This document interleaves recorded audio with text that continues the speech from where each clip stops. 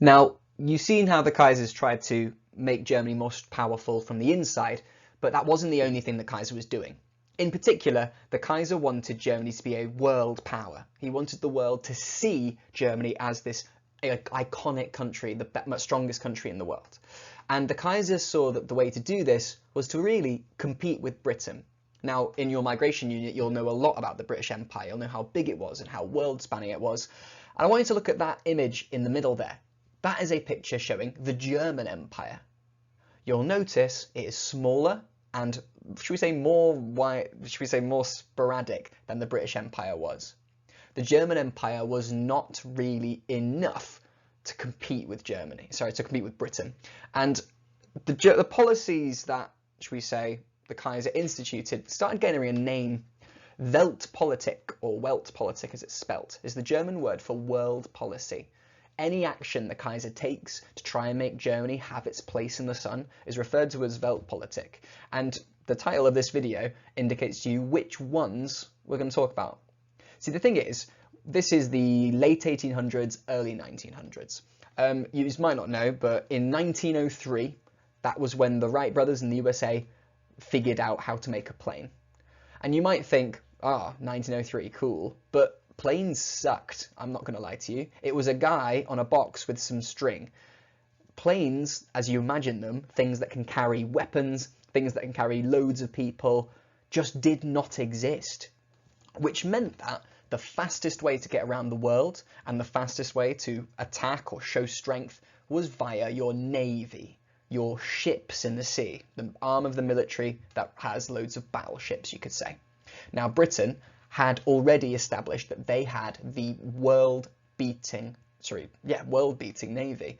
The British Empire, having existed for like 300 or 400 years at this point, it meant that Britain had been building ships constantly because they needed to ferry all of their stuff around the world, which meant that Britain had the world's strongest navy, which basically meant that Britain had the world's strongest army as well. Britain was in its place in the sun. So the Kaiser was like, well, if I want to achieve my world policy, my Weltpolitik, I need to get some ships.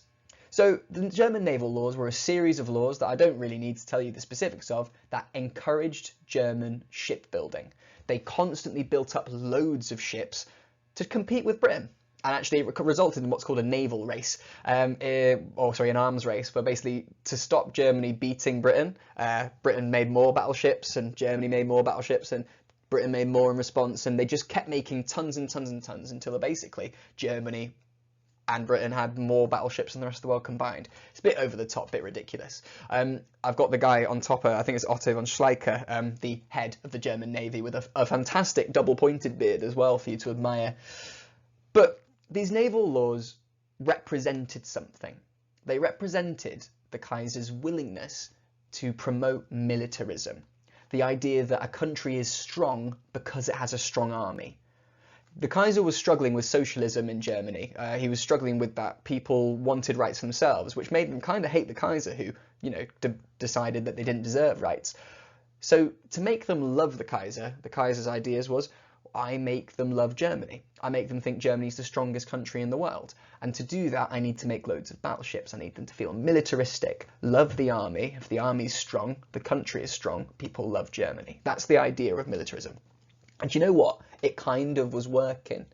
Germany now had around the second biggest navy in the world, at least, which showed Germany as an international player, a big, strong weapon that other people could fear. And that made German people feel strong. And to be honest, it made them like the Kaiser in a way. These naval laws represented the Kaiser's willingness to put Germany in its place in the sun.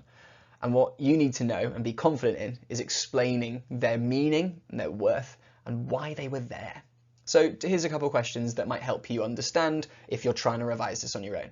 If you can tell me what Weltpolitik is, if you can tell me what the German Empire's like, if you can tell me why a navy increases your power, what the laws specifically did, and what the laws represented. If you know those answers, and you can find them in the textbook as well, then you'll be able to say I'm confident in this section.